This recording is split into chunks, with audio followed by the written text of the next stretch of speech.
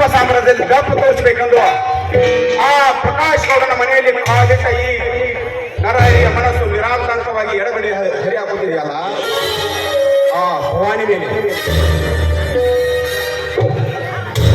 ನನ್ನ ಮನದಾಗ ಆ ರತ್ನ ರಾಗಿಣಿಗೆ ನನ್ನ ಆಶ್ರಯ ಬಯಸಿ ನೋಡಿದೆಯಲ್ಲ ಪ್ರಕಾಶ್ ಗೌಡ, ನಿನಗೆ ತಕ್ಕ ಪ್ರಾಯಶ್ಚಿತ್ತನ ಮಾಡಬೇಕಾದರೆ ಮಾಡಲು ಆ ಭವಾನಿಯ ಕೈನ ಹಿಡಿಯಬೇಕು. ಅವಳ ಸಂಪನ್ಭರಿತ ಆಸ್ತಿಯನ್ನು ನನ್ನ ಹತ್ರ ಮಾಡಿಕೊಂಡು ಕೊನೆಗೆ ನಿನಗೆ ನನ್ನ ಕೈ ಚಾಟ ತೋರಿಸದೆ ಹೋದರೆ ನನ್ನ ಹೆಸರು ನರಹರಿನೇ ಅಲ್ಲ.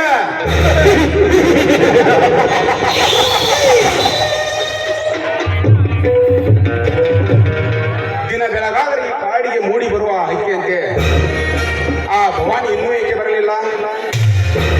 ಓಹೋ, ಬರ್ತಾ ಇದ್ದಾಳೆ. ಬರಲಿ ಬರಲಿ ಬರಲಿ.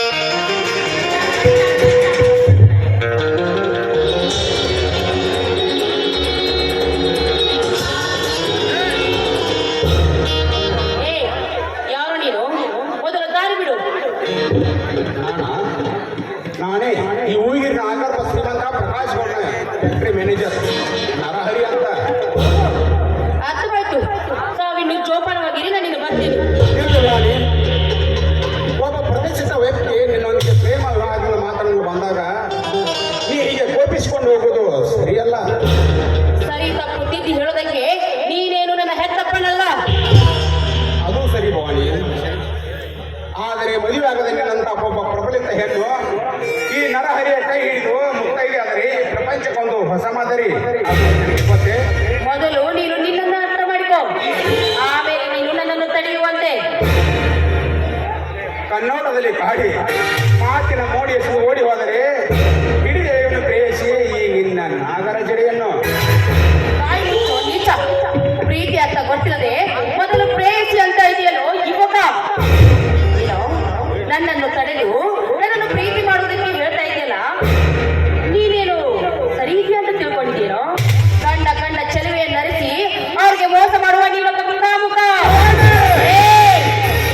ಅಷ್ಟೇ ಅಲ್ಲ ಕಣೋ, ಬಾಯಿ ತೆರೆದು ಭಿಕ್ಷೆ ಬೇಡುವ ಬೇತಾಳ ಭಿಕ್ಷುಕ. ಭಿಕ್ಷುಕ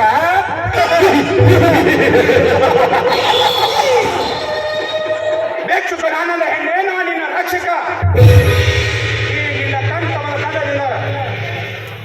ನನ್ನಲ್ಲಿ ಬಂದಾಗ ಸುಮ್ಮನೆ ನನ್ನೊಂದಿಗೆ ಪ್ರೇಮವಾದಕ್ಕೆ ಒಪ್ಪಿ ನನ್ನನ್ನು ಒಪ್ಪು.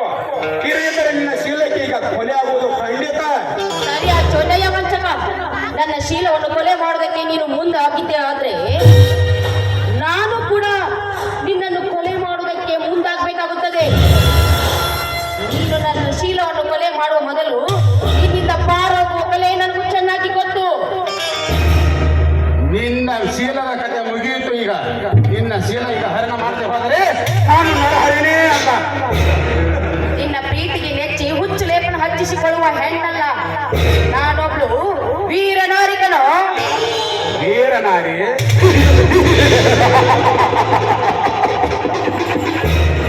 ವೀರನಾರಿ ನಾನೆಂದು ಕರೀತಿದ್ದೀರಿ? ನಿನ್ನಂತ ವೀರನಾರಿಯರ ಗುಣಶೀಲ ಕೇಳಿ ಮಂಕಾಗಬೇಡ ನನ್ನ ಮುಂದೆ. ಬರತ್ ಏನಂತು ಬಣ್ಣ ಬಣ್ಣದ ವಸ್ತ್ರ ಅಲಂಕಾರವನ್ನು ಬಿಟ್ಟು ನನ್ನ ಮಹಡಿ ಮನೆಯಲ್ಲಿ ನಿನ್ನನ್ನು ಮಹಾರಾಣಿಯಾಗಿ ಮಾಡಿ ಕೂಡಿಸುವೆ, ನನ್ನ ಮನದ ರಾಣಿಯನ್ನಾಗಿ.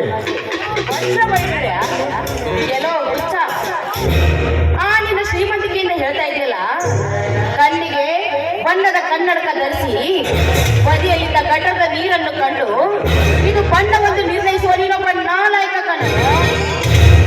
ಅಂತದ್ರಲ್ಲಿ ಆ ನಿನ್ನ ವಜ್ರ ವೈರ್ಯ, ಆ ನಿನ್ನ ಸಿರಿ ಸಂಪತ್ತನ್ನ ನೀನು ಯಾವುದಾದ್ರೂ ವೇಷಗಿರಿ ಮಾಡುವ ಹೆಣ್ಣಿಗೆ ಹೋಗಿ ತೋರಿಸುವ ನಿನ್ನ ಸಿರಿ ಸಂಪತ್ತು, ಅದನ್ನೆಲ್ಲ ಬಿಟ್ಟು ಮತ್ತೆ ಅದನ್ನು ಹಾಡಿ ನನ್ನನ್ನು ಮುಟ್ಟಲು ಬಂದಿದ್ದಾದ್ರೆ ಎದ್ದು ಬಂದು ಎದೆಗೆ ಓದಿದ್ದಾರೆ ಈ ಸಮಾಜದ ನಾರಿಯರು.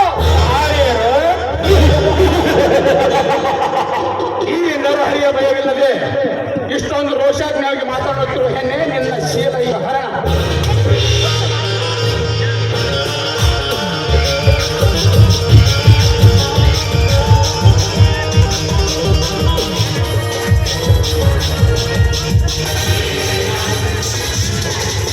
ಅವರ ಕೈ ಬಿಟ್ಟು ಹಂತಕ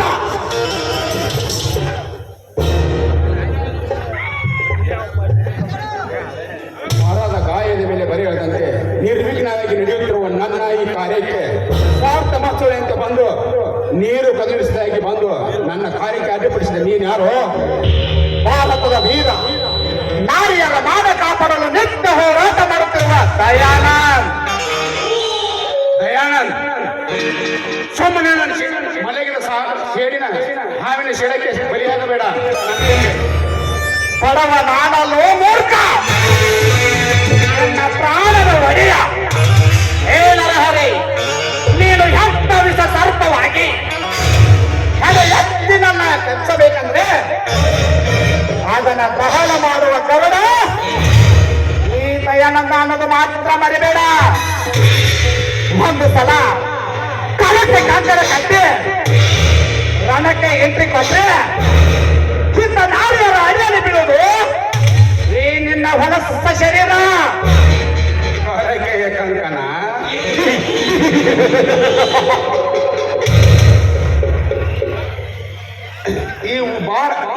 ಈ ಊರಿನ ಉತ್ತಮರ ಮನೆತನವೆಂದು ಊರಿಗೆ ಹೆಸರಾದ ನಿನ್ನ ತಂದೆ ಕೊಲೆಯಾಗಿ ಅನೇಕ ವರ್ಷಗಳು ಕಳೆದರು. ಅವರನ್ನು ಶೇಡು ತೀರಿಸಿಕೊಳ್ಳದೆ ಬಿಡಲಿಲ್ಲ ನೀವೊಬ್ಬ ಗಂಡಸ.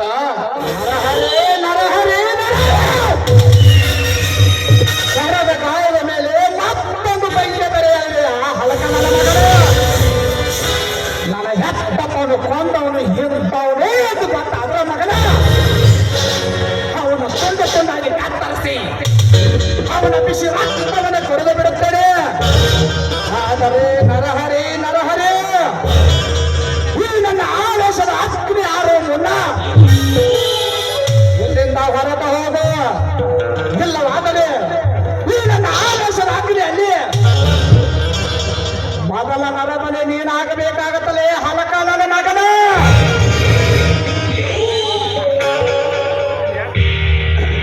ಇದೊಂದು ಸಮಯ ಹೋಗಲಿ, ಮತ್ತೊಂದು ಸಮಯದಲ್ಲಿ ರಸ ಪೂರ್ತಿಯಾಗಿ ಹಿಂಡುವೆ ಈ ಮಾಗಿದ ಹೆಣ್ಣನ್ನು.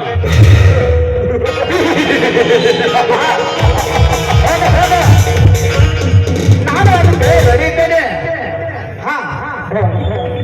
ಏನಿದು ಈ ನದಿಯಲ್ಲಿ ಸರಿಯಾದ ಸಮಯಕ್ಕೆ ಬಂದು ನನ್ನ ಮಾನ ಕಾಪಾಡಿದ್ದೀರಾ. ನಿಮಗೆ ನನ್ನ ನಮಸ್ಕಾರಗಳು. ನನ್ನೊಂದು